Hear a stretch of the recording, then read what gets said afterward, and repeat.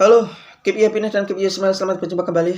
Apapun yang terjadi dan apapun yang kamu lakukan saat ini, semoga saja menjadi penentu untuk masa depanmu dan masa depan yang terbaik tentunya yang saya doakan dalam sepenuh hati saya. Dan semoga saja apapun hasilnya dengan apa pekerjaanmu saat ini adalah menjadi hal yang terbaik dari Tuhan buat kamu semua. Amin. Dan semoga yang menjalankan puasanya diterima dan bisa menghapus semua dosa-dosa yang kita lakukan.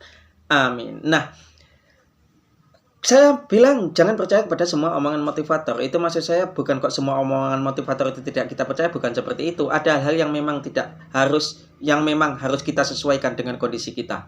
Nah, begini. Suatu ketika ada seorang petinju bernama Magomed Abdusalamov, dan itu petinju dari Rusia. Petinju itu lahir pada tahun 1981.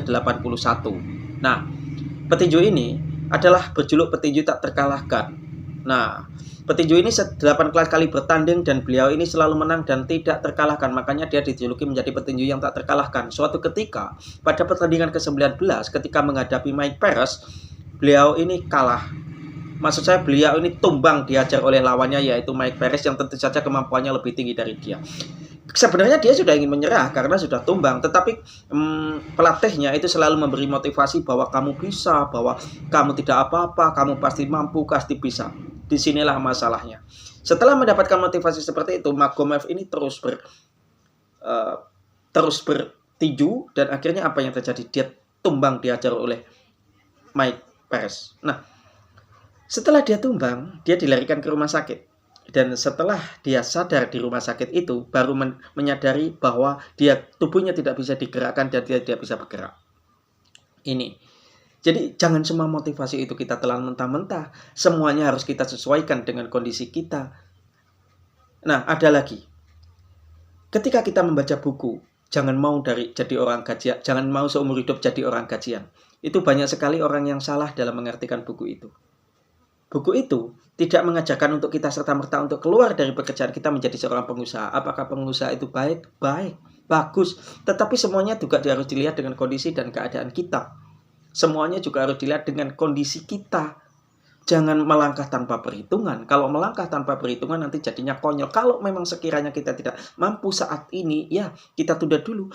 Di lain waktu kita bisa melangkah. Jadi di situ intinya kita nggak apa-apa bekerja dulu. Nanti suatu saat kita juga akan jadi pengusaha. Kalau kita punya cita-cita jadi pengusaha gitu. Jadi jangan sampai kita terjerumus oleh kata-kata motivator sehingga kita terus menggebu-gebu walaupun sebenarnya kita ini sudah tidak mampu. Kita harus sesuaikan dengan ukuran kita. Dan kalau kita terus melangkah padahal kita sudah tidak mampu, ya, yang terjadi ya seperti petinju Magomed Abdusalamov tadi. Termakan oleh motivasi itu bagus, baik. Tapi sesuai kondisikan dengan keadaan kita semuanya.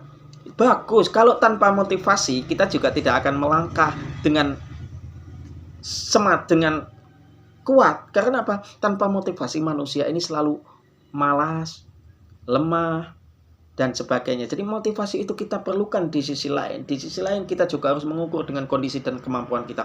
Bukankah motivator terbaik adalah diri kita sendiri? Motivator terbaik adalah kita sendiri. Kenapa? Karena kitalah yang tahu keadaan kita. Kitalah yang mengerti kemampuan kita. Kitalah yang memahami ukuran diri kita sendiri. Jadi jangan telan mentah-mentah judulnya.